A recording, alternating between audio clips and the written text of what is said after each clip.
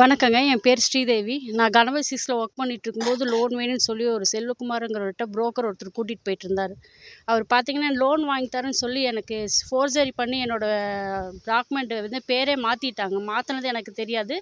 பேங்க்லேருந்து வந்து ஜப்தின்னு வரும்போது தான் எனக்கு தெரிய வந்தது. என் பேர்லேருந்து வேற ஒருத்தவங்க பேருக்கு மாத்தி, மறுபடியும் அவங்க பேர்லேருந்து இன்னொருத்தவங்க பேருக்கு மாத்தியிருக்காங்க. அது என்கிட்ட செல்வகுமார் சொல்லவும் இல்ல.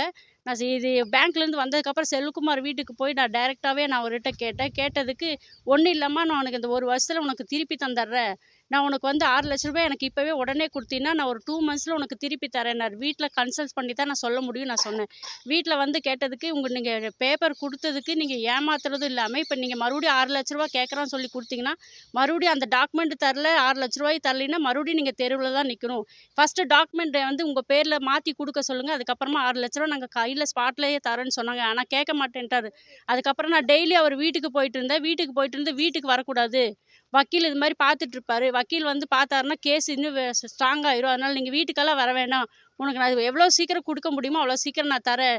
நான் தான் இது பண்ணேன்னு நானே உங்களுக்கு பேப்பர் டாக்குமெண்ட் திருப்பி தரேன்னு சொல்லியிருந்தேன். ஆனா இதுவரைக்கும் அவர் எந்த ஸ்டெப்ஸுமே எடுக்கல. இப்ப வந்து எனக்கு இப்ப வீடு பொசிஷன் எடுக்கிறேன்னு சொல்லும்போது, நான் அவர் வீட்டுக்கே போனேன். வீடு பூட்டி இருந்துச்சு. கால் பண்ணா ஃபர்ஸ்ட்டு வந்து நாங்க கால் நான் ரெக்கார்ட் ஜெயக்குமார்ட்ட பண்றாங்கன்னு பேசிடுறேங்க. தெரிஞ்சு, வாட்ஸ்அப் கால்ல பேசிடுறேங்க. மட்டும் தான் அட்டெண்ட் பண்ணிட்டு இருந்தாரு.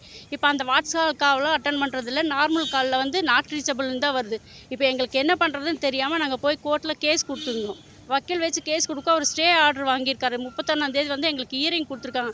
ஆனா அதுக்கு ஒரே முன்னாடியே நிமிஷம் வந்து வெயிட் பண்ணுங்க. பேங்க்லேருந்து வந்து எங்கள வெளிய அனுப்பிச்சதுக்கு ரொம்ப ஃபோர்ஸ் பண்ணி எங்கள வெளிய நேத்து அனுப்பிச்சு விட்டாரு. நானும் என் பிள்ளைகளும் தெருவுல தான் நேத்து நைட் எல்லாம் ஆமாங்க. நின்னுட்டு நம்ம இருந்தோம். பேட்டி இல்லாம நாங்க அது வேணா இந்த லோவா நம்ம பேட்டி எடுத்துக்கலாம் இது ஸ்டே எல்லாத்துக்கும். ஆர்டர் வேணா பார்த்துக்கங்க. இதுதான் ஸ்டே ஆர்டர். எங்களுக்கு 31 தேதி ஹியரிங் குடுத்துருக்காங்க. அதுக்குள்ள அவசரப்பட்டு எங்கள வந்து பேங்க்ல இருந்தும் அந்த ஏஜெண்ட் எடுத்திருக்காங்க. ஏஜெண்ட் வந்து எங்கள வந்து ஃபோர்ஸ் பண்ணி வெளிய அனுப்பிச்சு விட்டாருங்க சார். இப்ப எனக்கு ட்ரெஸ் கூட இல்லாம நேத்து அவசரத்துல எந்த ட்ரெஸ் எடுக்கிறேன்னு தெரியாம எல்லாம் பழைய ட்ரெஸ் கிழிஞ்சு போனதெல்லாம் பேக் பண்ணி வச்சிருந்ததெல்லாம் தான் நான் எடுத்துட்டு போனேன். இப்ப நேத்து நான் ஸ்டேஷனுக்கு போம்போது இதே ட்ரெஸ்ஸ தான் நான் போட்டு போனேன். நைட் வந்து வாஷ் பண்ணி தெரிஞ்சவங்க வீட்ல போய் படுத்து அவங்ககிட்ட வாஷ் பண்ணி காலையில மறுபடியும் இத போட்டுட்டு தான் வந்து நின்னுட்டுருக்கிறேன். எனக்கு ட்ரெஸ் கூட கிடையாது. நான் வேலைக்கே இதுக்கோசரம் தான் நைட் ஷிஃப்ட் நான் போயிட்டுருக்கேன். இதுவரைக்கும் எனக்கு குடுத்துருக்காங்க. நாளைக்கு தான் லாஸ்ட் டேட். அதுக்குள்ள எனக்கு வந்து ரொம்ப ஃபோர்ஸ் பண்ணி நேத்து வெளிய அனுப்பிச்சு விட்டுட்டாங்க. போயே ஆகணும்னு சொல்லிட்டு. எனக்கு வந்து பேங்க் மேலயும், இந்த ஏஜென்ட் மேலயும் எனக்கு கேஸ் எஃப்ஐஆர் போடணும். அதுக்கு போலீஸ்கார் என்ன ஹெல்ப் பண்ணுவீங்களோ தயவுசெய்து ஹெல்ப் பண்ணுங்க. நானே ஏமாந்து 2 பொட்ட புள்ளைகள வச்சுட்டு நான் நின்னுட்டுருக்கேன். நான் வந்து வேணுன்ட்டு நான் பண்ணல. என்னை ஏமாத்தி பண்ணுனது தான்.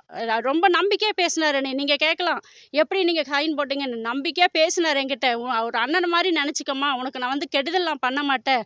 நல்லது தான் பண்ணுவேன். உன் புள்ளைய 2 பொட்ட புள்ளைய வச்சிருக்கேன். உன் பொட்ட புள்ளைகளுக்கு நல்லது பண்ணி தரேன். உனக்கு ரூம் எக்ஸ்ட்ரா ஒண்ணு எடுத்து தரேன். இப்படியெல்லாம் சொல்லி தான் சார் என்கிட்ட கையெழுத்து வாங்குனாரு தவிர்த்து, என்கிட்ட இந்த மாரி எனக்கு அதுக்கப்புறமா தான் சார் தெரியும். 17 பேர் அவர் மேல கேஸ் குடுத்துருக்காங்க. ஆர்எஸ் புரத்துல எஃப்ஐஆர் அந்த காப்பி எல்லாமே எங்ககிட்ட இருக்குங்க சார். ரொம்ப நன்றிங்க. தயவுசெய்து பார்க்குறவங்க கொஞ்சம் தயவுசெய்து எனக்கு சப்போர்ட் பண்ணுங்க.